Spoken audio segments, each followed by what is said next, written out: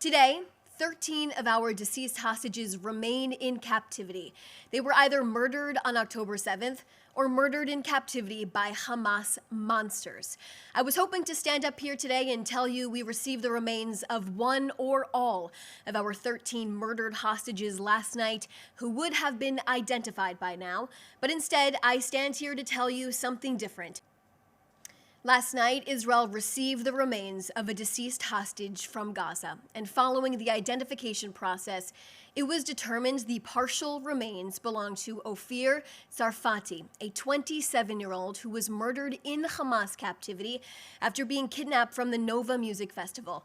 Ofir was celebrating his 27th birthday on October 7th, 2023, with his partner and friends that horrific day when he was shot and wounded.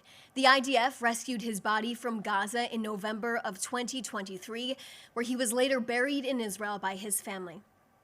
In March of 2024, additional remains of Ofir were returned to Israel for burial.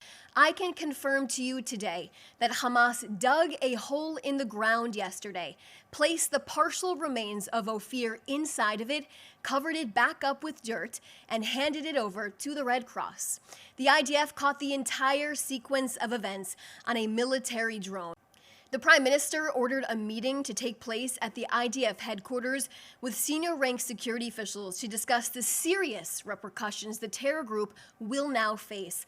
Hamas signed a deal that would require them to hand over all of our 48 hostages, which was violated 15 days ago now.